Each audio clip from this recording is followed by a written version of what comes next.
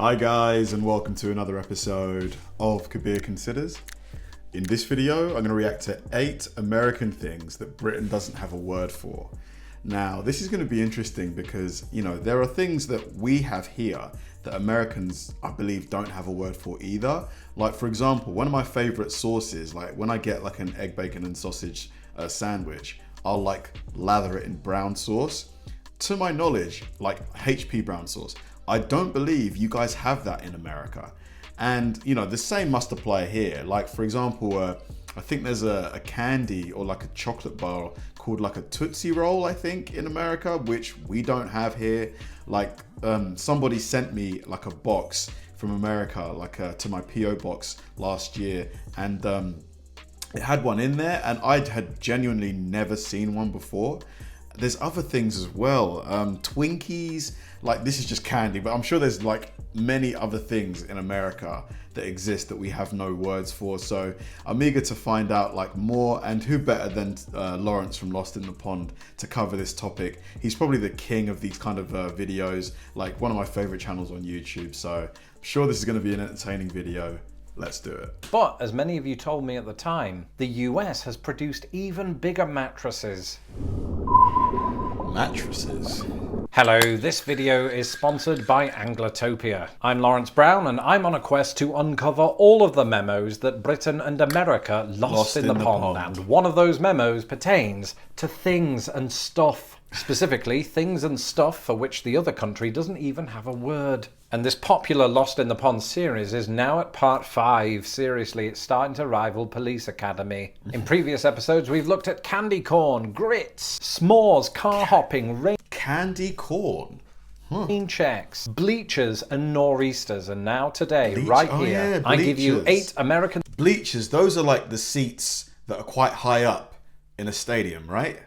Things that Britain doesn't even have a word for. Get up to the bleachers. Part 5.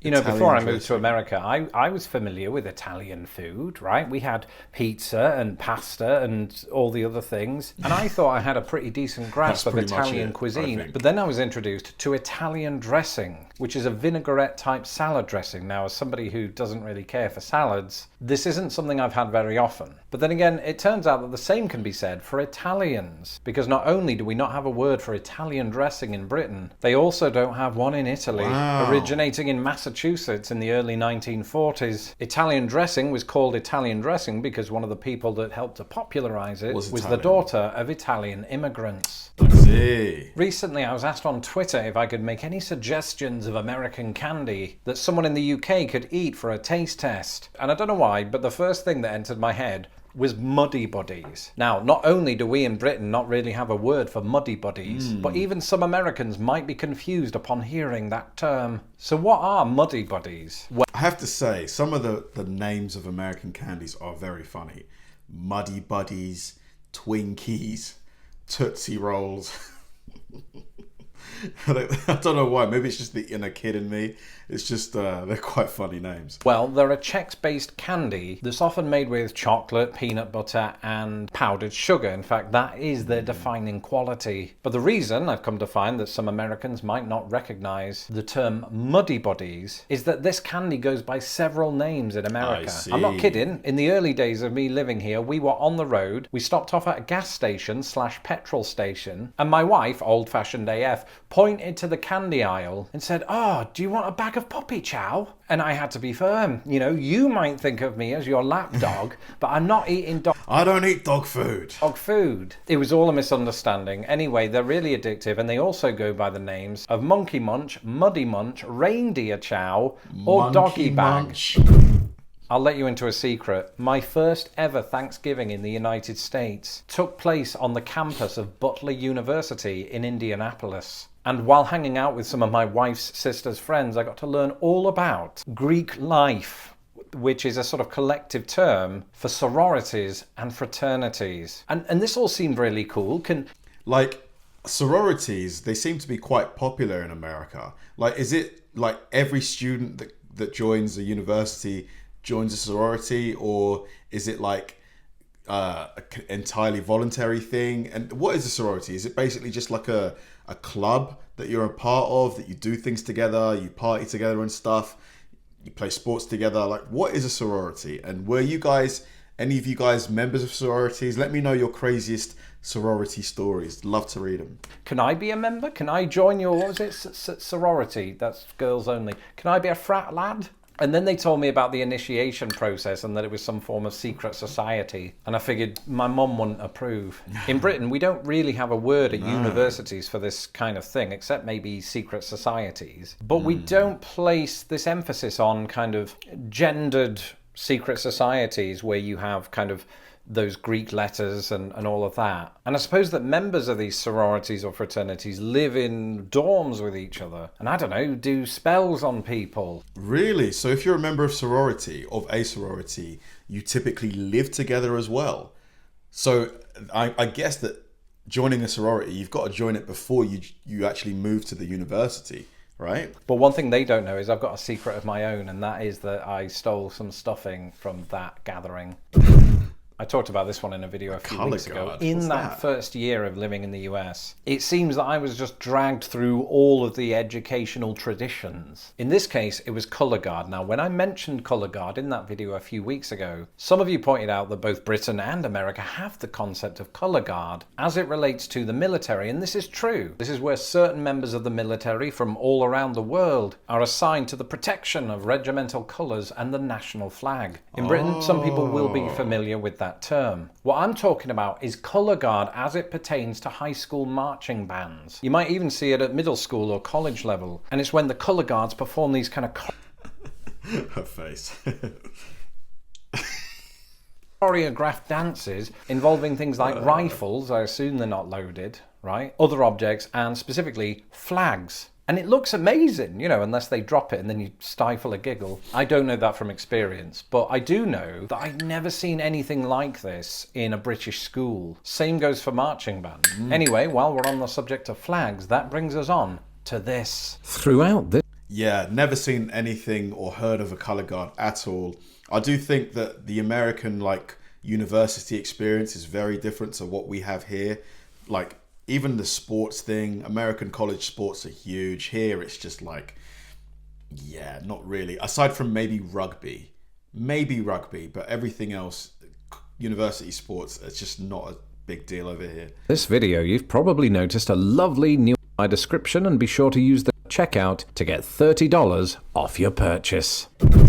One of the things I absolutely love about this series is that it's largely based on my own experiences of living in America. And my experiences of living here include the word étouffée. And there could be some Americans watching. Sounds French. Is it a French origin? And they're thinking, what's étouffée? That sounds like something Canadians would say. But French influence can also be found in the US state of Louisiana, where this dish originated last century. Found in both Cajun and Creole cuisine, it's a spicy crawfish-based, roux-covered dish that usually incorporates rice as a side, and it's bloody marvelous. Most popular in New Orleans, it's also found in the coastal areas of Texas, Mississippi, Alabama, and the Florida Panhandle. And I know what you're thinking, Lawrence, you've never been to those places. What's going on? Well, while that is true, I have been many times to the Cajun Creole restaurant Yats in Indianapolis. And if you ever find yourself in Indiana's capital, I highly advise that you do the same, because their chili cheese étouffée is quite frankly to die, and I cannot emphasize this enough.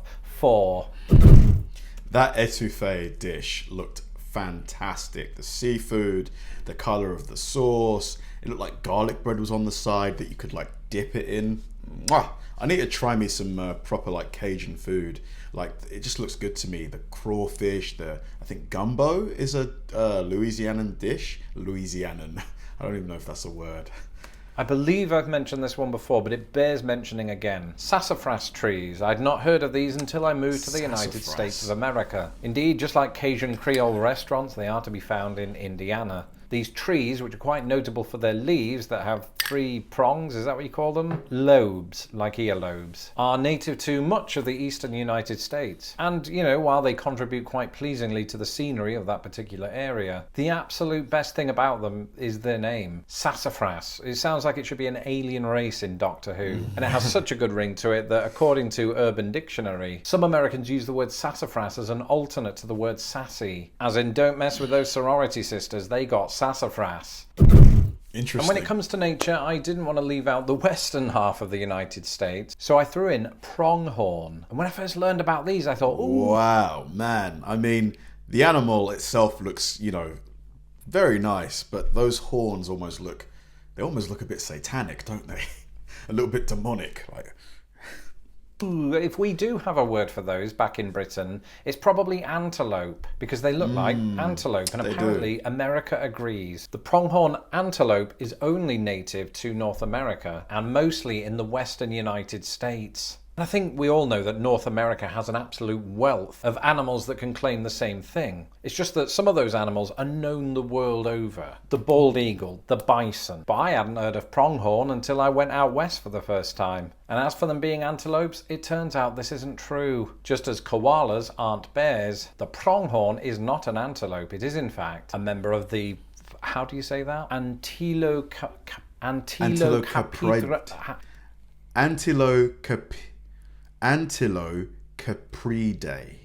Antilocapridae.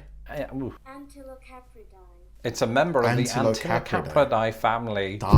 Now, there's a very good chance that you became a subscriber of Lost in the Pond after watching 5 ways British and American bedrooms are very different. In that, and in this very series, I talked about a US mattress size called the California King. It was massive, it was huge, and no mattress in the UK. Wow, 72 inches. That's about, there's what? Oh my God, 12 inches to a foot.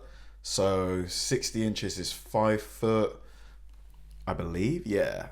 And then there's a 72. Wow, 6 foot across and 84. It's the length that impresses me the most. The width is pretty wide, but the length, 84 inches. So that's 7 feet long, I think. Had the same dimensions. But as many of you told me at the time, the US has produced... It is 12 inches to the foot, isn't it? Yeah. Even bigger mattresses. Now, in light of that, this entry was originally going to be the Wyoming King, and I was going to save its Alaskan overlord for a future video. But it turns out that Britain does have a word for the Wyoming King, and that word, quite epically, is the Emperor. Both mattresses measure in at 84 by 84 inches. However, while the Emperor is Britain's largest, America's Alaskan King absolutely dwarfs it. Designed to comfortably sleep 4 people, the Alaskan King is a ridiculous 108 by 108 inches. So that's got to be what? About 8 foot by 8 foot. Something like that. That's a big bed. And so there goes America, winning at rectangles once again. That's it for this episode. Let me know in the comments. Man, I'm not over the size of that bed. Like, I've got a pretty big bed, but I can't imagine.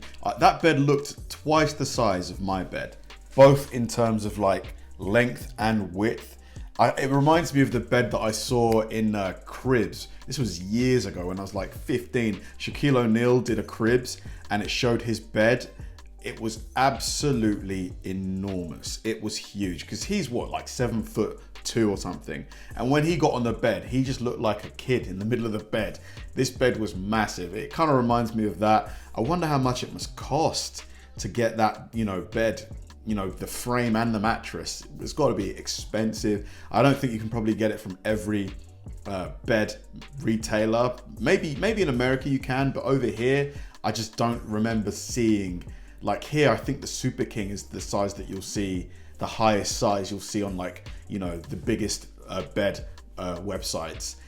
Crazy sizes. The candy is named, the candy names as well. The